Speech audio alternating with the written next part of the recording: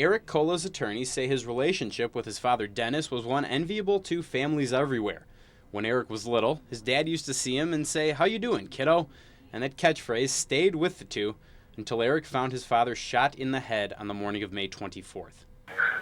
My dad is in the kitchen. Your dad is in the kitchen? Where's your mom? My mom is in the computer. Okay. Is your mom breathing? No. Okay, and your dad is not breathing? No. During opening statements today, the DA called Eric Koula a man of secrets, saying he was facing $50,000 in credit card debts in May of 2010 and that he blew through more than $150,000 combined in 2 bank accounts in just 2 years. That's what the state says led him to shoot his parents and later write himself a $50,000 check from his father's account. Police are suspicious because he had never mentioned anything about this check. It's dated the day of the parent's death, and it's for a large amount of money. Jane Lewis will testify from the Milwaukee Crime Lab. She's a handwriting examiner, and she will tell you that it was identified that this writing is Eric Koula's. This signature is not Dennis Koula's natural signature. But the defense says Eric was authorized by his parents to sign that check, and his lawyers say the prosecution's alleged motive of money is non-existent, claiming Koula was up to date with paying all his bills the month of the murders. And his attorneys also say it's physically impossible that he shot his mother. The state alleges she died at 5:41 p.m., seated at her computer, but the Koula defense team says one of Eric's friends will testify that the former left the latter's house in La Crosse at 5:30 that day, meaning he would have just 11 minutes to make it to the crime scene in Berry Mills. There's no physical evidence, there's no motive, and there's no opportunity.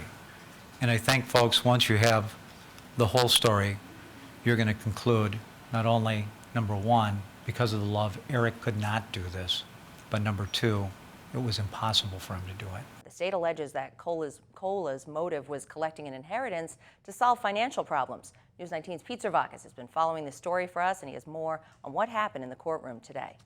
You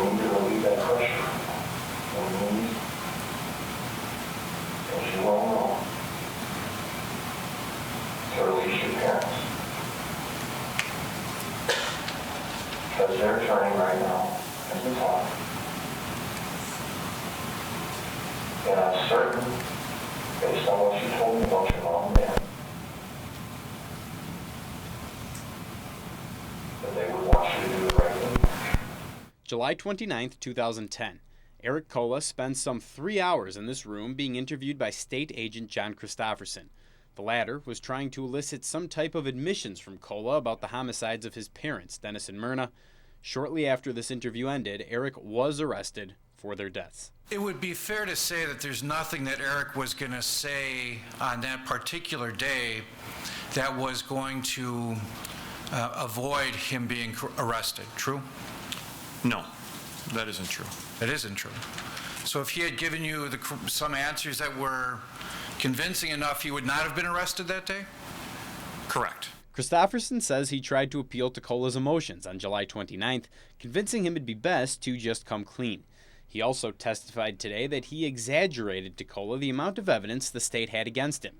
He said police could use cell phone signals to prove Koula was really at his parents' house when he claimed to be at the Shopko on La Crosse's north side the night of the killings.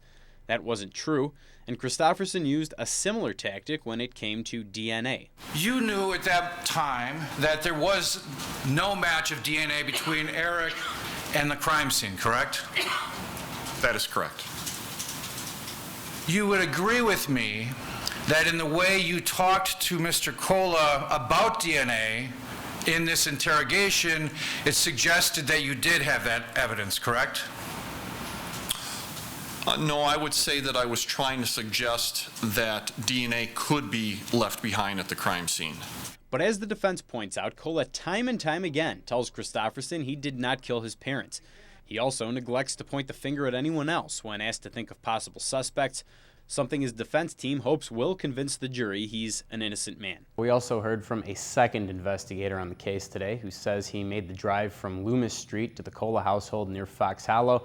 He testified it took him just under 15 minutes. Nigel Adcock, who lives straight west of the crime scene, and that made him Dennis and Merna's closest neighbor in that direction. Urgent, we intend to levy on certain assets. Please respond now. In January of 2010, Eric Koula and his wife owed some $40,000 to the IRS, which led to letter after letter threatening them of a tax levy. Call immediately to prevent property loss. The state argues this was a microcosm of Koula's financial status in the years leading up to the homicides of his parents. The district attorney paid accountant Mary Jo Werner to review Koula's finances. She testified during the last 2 days that he took out loans and cash advances at astronomical interest rates, like a $3,000 auto title loan at 150%. How much did that $3,000 cost the defendant to get? He paid $970.60 for the loan for 3 months. But the defense called its own financial witness today in the form of accountant Deborah Thompson. Were all of Eric's credit cards paid and current as of May 21st, 2010? Yes. Were Eric's mortgage payments paid and current as of May 21st, 2010? Yes. Thompson testified Koula had just $4,000 in cash as of mid-May 2010, although she said that would have been enough to cover all his monthly expenses for June. But as the district attorney pointed out after that, Koula would have needed either more loans or a job. Two pivotal pieces of evidence. One, a $50,000 check made out to Eric Koula and seemingly signed by his father Dennis. The other, a note found in Koula's mailbox the same week he found Dennis and his mom Merna dead in their home. That's when I saw my dad on the floor. It's there. I yell to him and I run over there, yelling for my mom. The whole thing is just, it spins in your head. I lived this over and over and over for over 2 years. But today on the witness stand, Koula got his chance to explain both. He went into the house and came back out with his checkbook and a pen. I just didn't have an idea what I wanted to take out of there, if I wanted to take 75 or 50. He tore a check out and handed me a check and he said, "Sign it after you fill it out." Koula testified that check was coming from a reserve fund. It was his money. He just asked his dad to keep it on the side for him in the event of a rainy day, but he never mentioned that check to investigators following the homicides of his parents, nor did he ever admit, until today, that he did sign Dennis's name. It was you signing the check with your father's permission? That was your testimony this morning? That's correct. Of course, that's not what you told the police once you finally admitted the check, right? That's correct. So you loved your father so much that you lied about him signing the check in order to cover your own actions. I didn't know how to explain it. Koula also answered questions today regarding a note reading "Fixed You," which he found in his mailbox 1 week after the killings. That was also 1 day after police spent 45 minutes questioning his son, and Koula said he panicked. He thought his oldest child was now a suspect in the killings and wanted to take attention off of him. And I don't know why I wrote "Fixed You" on it. I wrote "Fixed You." Put it in an envelope. Put it in the mailbox. You told us that you loved your parents, right? Yes. Did you love them enough to help the police find their killer? I was trying to help with anything I could. You loved your parents so much that you planted false evidence? No. That is not why I planted false evidence. You planted false evidence in an effort to divert the very people who were trying to find your parents' killer, and you say it had nothing to do with them? I thought that they were after my son. Well, Dave, this week we heard from two hired experts who testified they thought the Koula killings were the work of a professional hitman. The jury got the case about an hour ago, but before that, jurors got the chance to hear lawyers from both sides. And the jury came back with a couple of questions for the judge. Well, Heather, after about 19 hours of deliberation, Koula was found guilty on all 3 charges. It was a case that featured 3 weeks of testimony. News 19's Pete Zervakis was there from jury selection through today's verdict, and he recaps today's developments at the courthouse. We, the jury, find the defendant, Eric Koula, guilty of first-degree intentional homicide. One word. Guilty of first-degree intentional homicide. Read 3 times. Guilty of uttering a forgery. And looks of stunned disbelief on the faces of Eric Koula's attorneys. Koula was convicted of all 3 charges against him Wednesday. 2 counts of first-degree intentional homicide, with the jury deciding beyond a reasonable doubt that Koula was responsible for the murders of his parents. Jurors also found him guilty of uttering a forgery. That charge stemmed from a $50,000 check Eric deposited the day after Dennis and Merna were killed. It was made out to him from his father, but he admitted on the stand that he had signed Dennis's name. Koula's lawyers and family immediately left the courthouse following the verdict, opting not to comment to media. But the prosecution did hold a small news conference in which the district attorney relayed a concise message from Dennis and Merna's family. I don't know that they're happy. They're still sad that Dennis and Merna aren't here, but they expressed relief that the jury came to the decision that they did and that there's some finality at this point. There's still a lot of family members that are hurt. Eric has been hurt, his family's been hurt. They were thankful for the effort of not just us, but the investigators, and they've been that way throughout the process. The investigation was incredible. It was incredibly thorough. They tracked down many different leads, many different areas, and spent a lot of time, a lot of hours, and then good old-fashioned police work did a lot to get it to this point. It was easier for us to present the case when the investigation was pretty much laid out in front of us, and we just had to present it to the jury. Grenke also refused to speculate on whether the inconsistencies in Koula's story throughout the investigation tilted the opinions of the jurors in the prosecution's favor. Koula dropped a note in his own mailbox the week his parents were found dead, then told police in this squad car video that it was a threatening letter.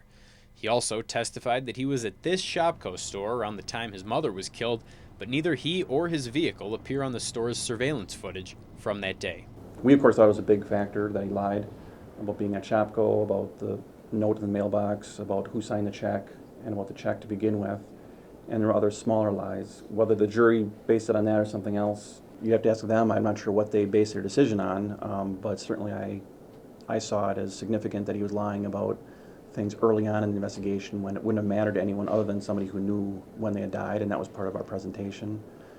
And once you start lying, it's hard to trust what else he's saying might be true. So that was part of our logic. Frankly, I think the jury got it right. Even with an almost guaranteed life sentence in prison minutes away, If the jury was going to convict you, they would somehow have to believe that you were capable of killing your parents and then pretending to your family and friends as if nothing had happened.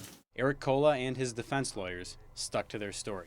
I'm going to fight and fight and bring this person or people forward that did this, because I did not. 2 years have been devoted to this case, thousands of man-hours, all in the interest of protecting the rights of an innocent man.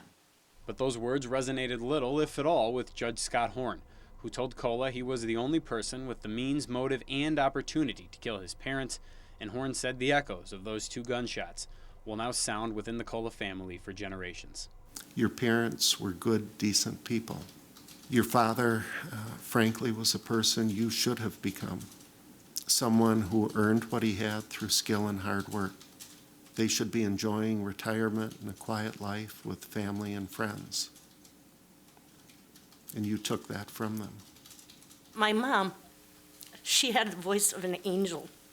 She would sing the same lullaby she sang to me, to my daughter. And I don't get to hear her voice anymore. Your sister has been deprived of the loss of her parents. You're responsible for that. Their grandchildren will grow up without grandma and grandpa. For an unearned $50,000, you destroyed those lives and those relationships. The defendant has shown no remorse. The court, I think, saw throughout the trial how ludicrous and ridiculous some of his lies became.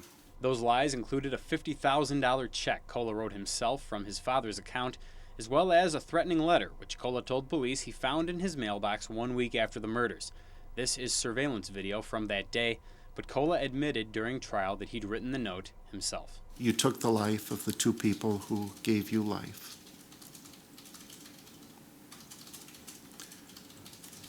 And you'll spend the rest of your life incarcerated. Still, the defense remains optimistic. Koula's attorneys say now that the sentence has been handed down, they can proceed with their appeal. We might as well get on with it, which is exactly what we did. We had the sentencing hearing, took care of that, and now we intend to move forward with taking care of business, and that is getting this guy acquitted and getting him home to his family. But while he waits for any possible progress within the appellate system, Eric Koula will be incarcerated in a Wisconsin state prison with no end in sight.